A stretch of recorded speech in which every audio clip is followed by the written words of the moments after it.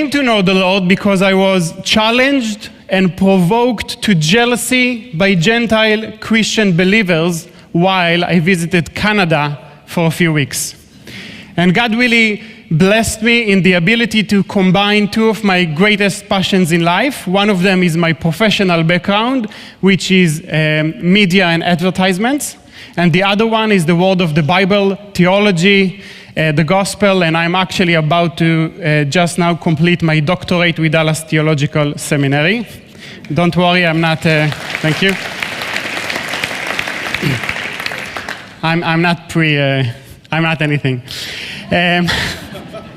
Today my role with One for Israel is the Director of Evangelism and Apologetics. And let's talk about that. Let's talk about evangelism and Israel today. Now, in Israel today, we have 9 million people, and only 0.3% of them are born again Jewish believers in Jesus. How come? You would expect the numbers in Israel to be the other way around. Israel, after all, is where the gospel came from. Jesus was an Israeli Jew. The disciples were Israeli Jews, just like me. So how come? How come the numbers are so few? There are 3 main reasons to that, to the reason why Israel is an anti-Jesus nation today.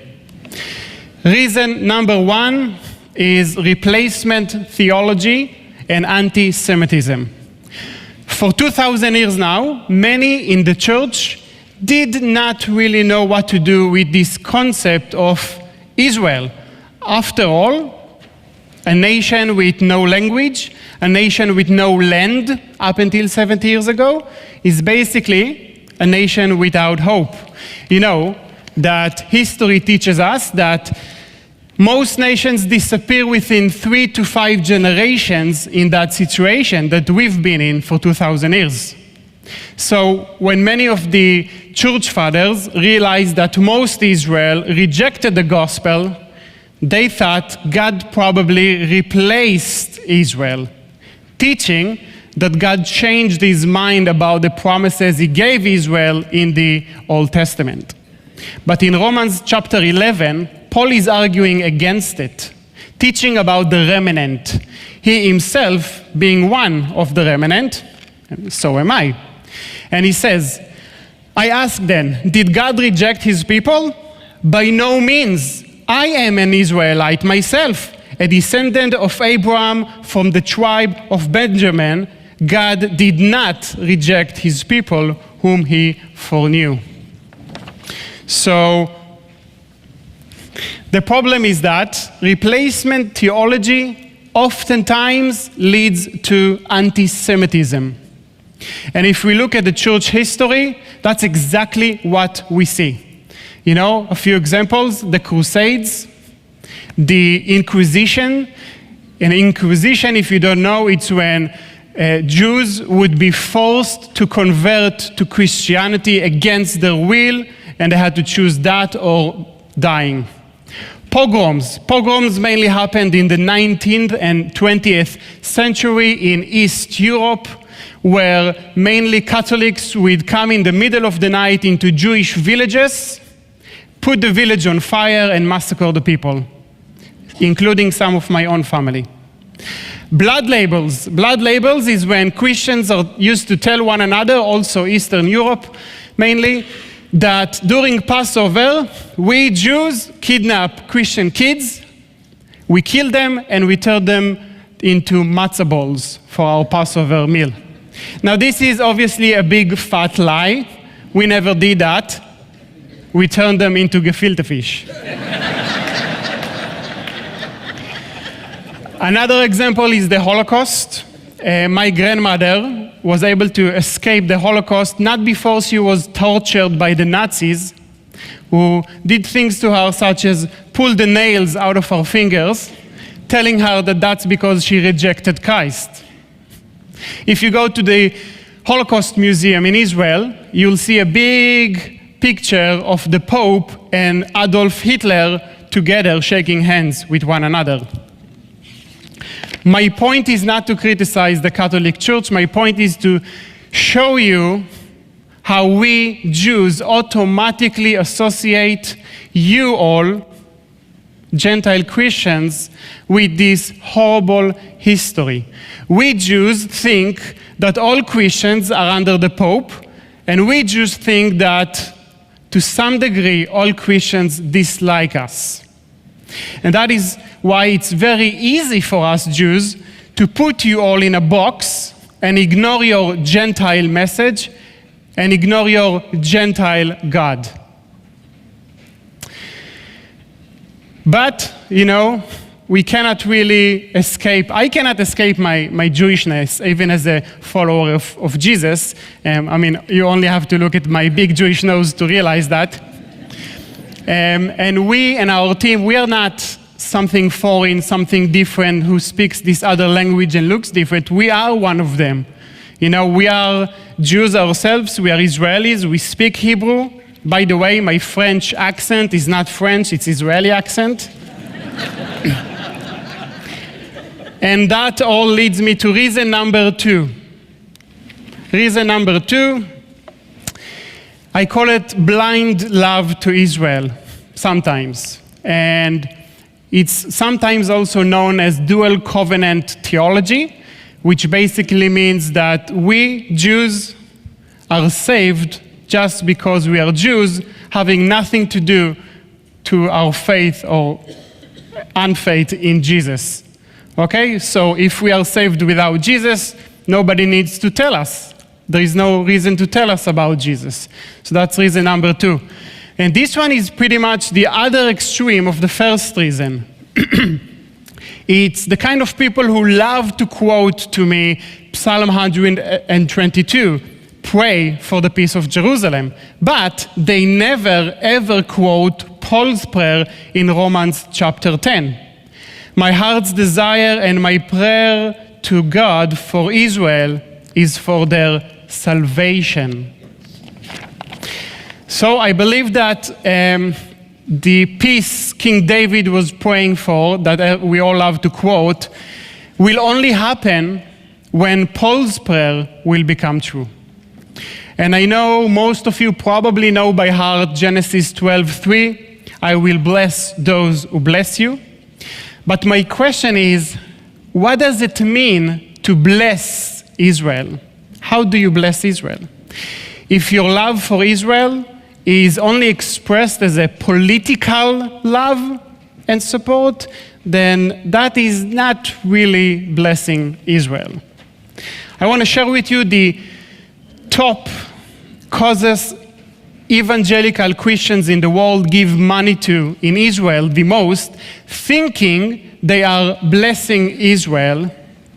And this is mainly for building Israel physically, building religious schools, building synagogues, building settlements, etc., etc. And I'll share with you one example, kind of a well-known guy from here in Texas, Pastor Hagi. And a couple of years ago, he put together a large event where he gave over $3 million to 23 Israeli organizations. By the way, that's public knowledge. Okay, now that is very generous of him. That is very generous of him. But guess how many of these organizations in Israel that the Christian money came from were of believers in Jesus? None. Absolutely none. So while these are not bad causes that the money goes to, okay, we believe that if you don't bless Israel by building us spiritually, meaning if you're not sharing with us about our Jesus, our Messiah, then are you really blessing us, or are you just sending us to hell on a full stomach?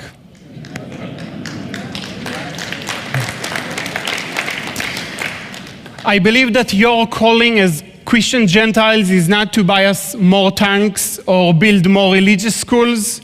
Your calling as Christian Gentiles is first and foremost to provoke us to jealousy and we need to be jealous of your relationship with our God, which is only available and only possible through Jesus Christ.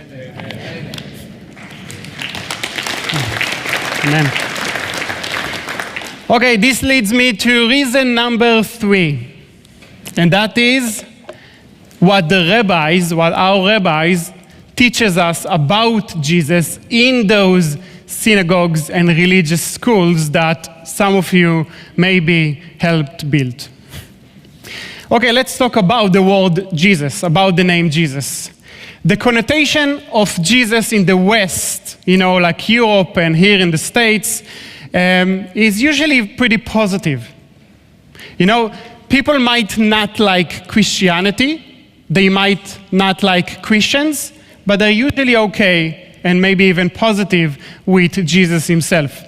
If you take Jesus to Islam, he is a great prophet. It's positive. They don't see him as the Son of God, but he's a prophet. It's positive. If you take Jesus to Asia, they already believe in 300 million gods? What's one more, Only in Judaism is where Jesus has this extremely, extremely negative connotation. We already saw why, but there is more to it. I'm going to share with you a short history lesson. Okay, almost 2,000 years ago, back in 132 AD, a guy called Simon Bar Kokhba led the third Jewish revolt against the Roman Empire.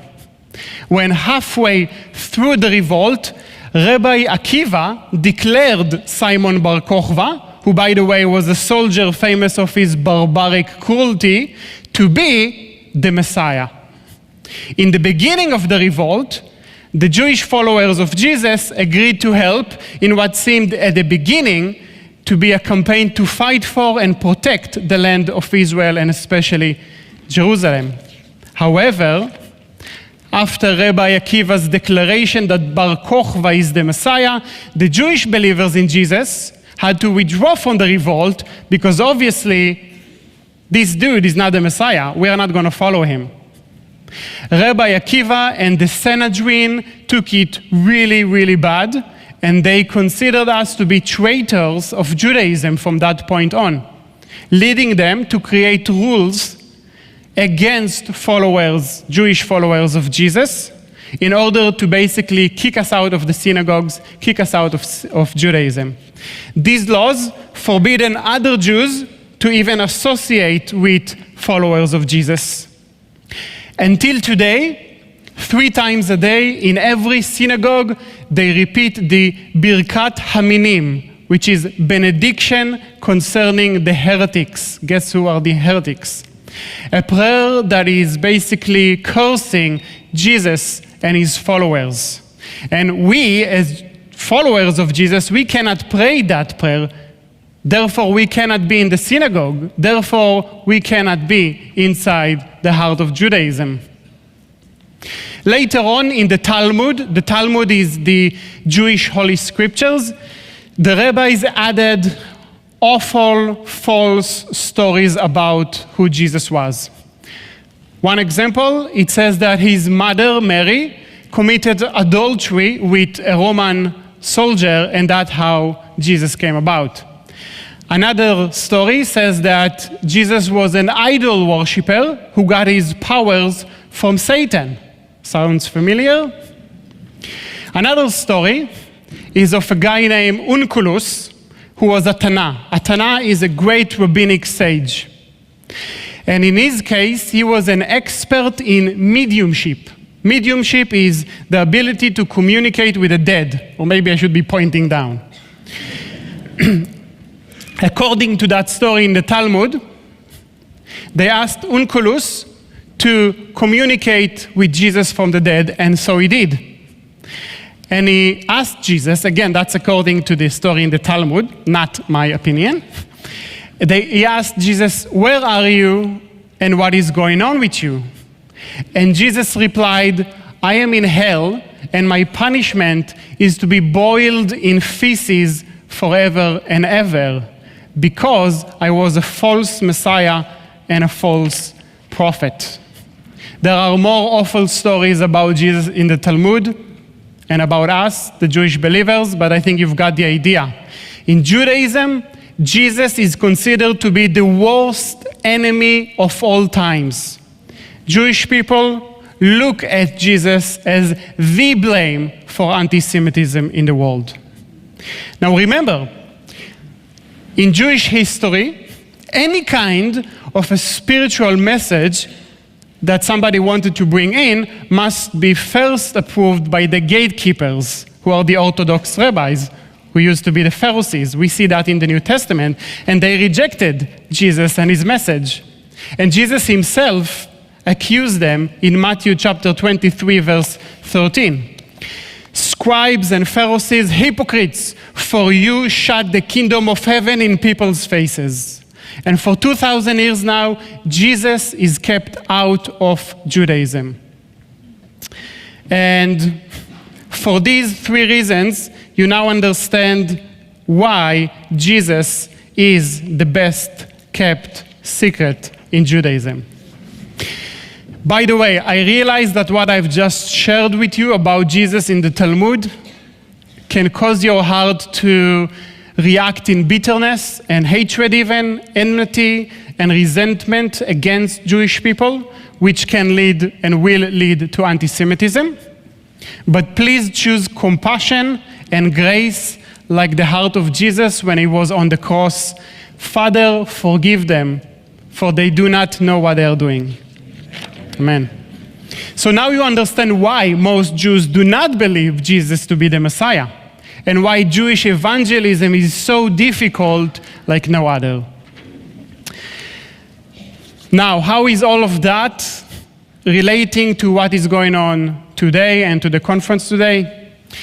To make things even more difficult for you, if you take Jesus' words in Luke 13:35 as futuristic, which is, by the way, as the way most scholars do, this means that Jesus is not coming back until we, Jews, accept him. Luke 13:35, you will not see me again until you say, blessed is he who comes in the name of the Lord. And Jesus was talking to Israel. So we have a problem. We all want Jesus to get back, right? Don't we? But the gospel is being kept a secret from us Jews for 2,000 years now. So that's why we've been waiting for so long. So I shared with you some bad news, and I told you in the beginning I want to encourage you, not to discourage you. So let's move to the good news. There is a group of us now, Jewish Israelis, followers of Jesus in Israel, who found a way around those gatekeepers, bypassing the rabbis. We no longer need their permission because we don't go into the synagogues to share the gospel. I know some of you who've never been to Israel before, you probably think that we still live in tents and ride donkeys. That is true. No. Some statistics, 99% of all of Israel is connected to high-speed internet connection, even outside of the homes, even if you go to the beach or anything like that. We are first in the world in the amount of time we spend online surfing the web, 60% more than the average here in the United States. Every 100 Israelis will own 122 computers, which is also first in the world. I own 3 computers. If you ask me why do I need 3, I don't really know. We are first in the world in the amount of time we spend on social media and specifically on YouTube watching video clips. So, you know, when your children are taking a shower and having dinner, we are on our laptops watching video clips on YouTube. So, that's not necessarily a bad thing, because that means that we can meet Israelis where they are at, and that is not the synagogue. That is online, on the internet. Now, let me tell you something. We know how to relate to Jews and Arabs because we know how to share with our own people. It's not somebody foreign. It's our own people. Not, we don't share with them the Jesus that they were taught about, which is, from the movies, usually a Gentile Jesus, a blonde Jesus, blue eyes Jesus, European Jesus, who's been hanged, dead for 2,000 years now on a Roman Catholic cross. That's not the one we are sharing. We share with them Yeshua. Yeshua, the word Yeshua means salvation. We share with them Yeshua, the Jewish Israeli Messiah, who loves them so much that he gave his life for them. A Messiah that was resurrected, and he is alive, and he can change their lives as well. Amen.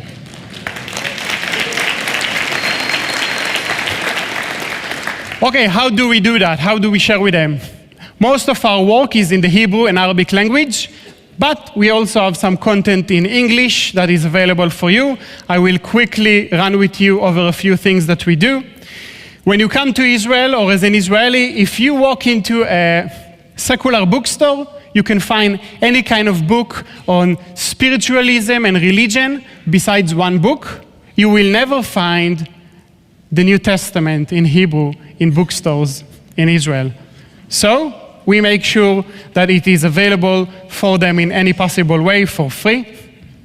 We also operate the one and only Christian radio station in Israel. We produce testimonies of mainly Jewish people who came to know the Lord, but also Arabs and Muslims. Okay? And basically, we have three main testimony series that we do: Hebrew, Arabic, and English.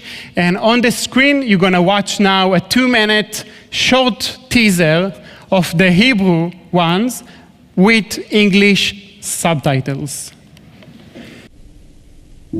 להיות מוחשב כאחד משונאי ישראל זה מצב מאוד מאוד לא נעים. ובאיזשהו שלב נורא פחדתי מהזהות של עצמי. מה יקרה? מה יגידו ההורים שלי? מה יגידו האחים שלי? לא יודעת איך אנשים יגיבו. עם ישראל הוא עם קשה עורף. כשאתה מאמין בישוע, אנשים יקללו אותך. קיבלתי איומים על החיים שלי. לקבל יריקה, לקבל דחיפה, לקבל החרמות וכן הלאה. אנחנו הולכים לעשות הכל כדי שאתה תפסיק להאמין. דחייה, שנאה, איומים. לא רציתי להפסיק להאמין. אבא שלי התחיל להרביץ לי. קיבלתי מכות. רק בגלל שאני מאמין בישוע. אסור לי לדבר על זה.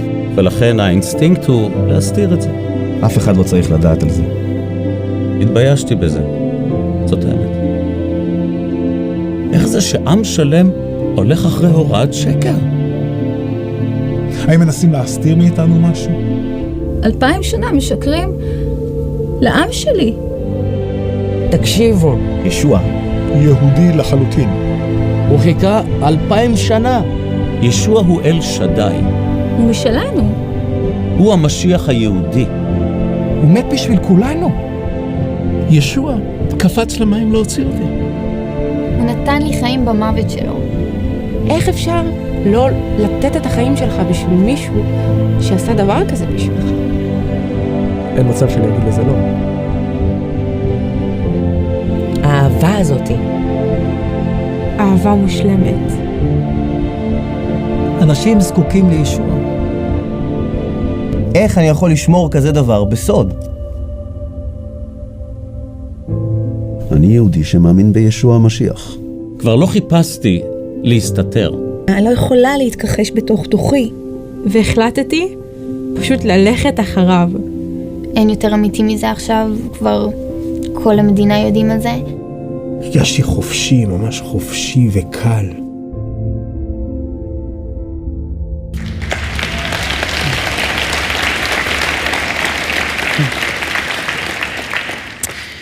We also produced 100 testimonies in English of Jewish people who came to know Jesus as their Messiah, with over 50 million views on them in the past 4 years, coming from a small team in Israel. And I'm gonna let you watch one. It's about 5-6 minutes, and it's a very famous Jewish scientist If you're into science, you'll know Dr. James Tour. His story, I think, is very powerful. Maybe if we can dim the lights this time would be even more awesome. Thank you.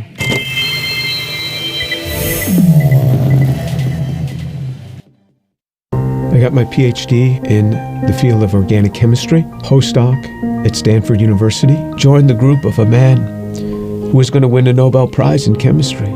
Voted one of the top 50 most influential minds in the world. I was a visiting scholar at Harvard University. I've spoken at every major university in this country, have over 650 research publications, voted the R&D Magazine Scientist of the Year. I'm in the National Academy of Inventors. I'm a member of the American Association for the Advancement of Science, over 120 patents. Started 7 or 8 companies. We work in areas that range from medicine to material science to electronics, computer memory, medical devices. We work across a broad range of areas. But more than any of that, what means the most to me is that I'm a Jew who believes that Jesus is the Messiah. I grew up just outside of New York City. I thought everybody was Jewish. I didn't even know that there was anything else. I had no particular interest in that, other than when all my friends were getting bar mitzvahed or bat mitzvahed, and then I would attend, of course, every week. There was never really any excitement for me. I remember once I even tried to talk to a rabbi. He just brushed me off. There was very little explanation for me. I remember when I went to college, I started meeting a number of people that said that they were born-again Christians, which was sort of an odd term. What's born again? What do you mean, born again? One person saw me in the laundry room. He said, "Do you mind if I give you an illustration of the gospel?" And I remember we sat there and he actually started to draw a picture. A cliff with a man on one side, and he drew a little man, and then another cliff with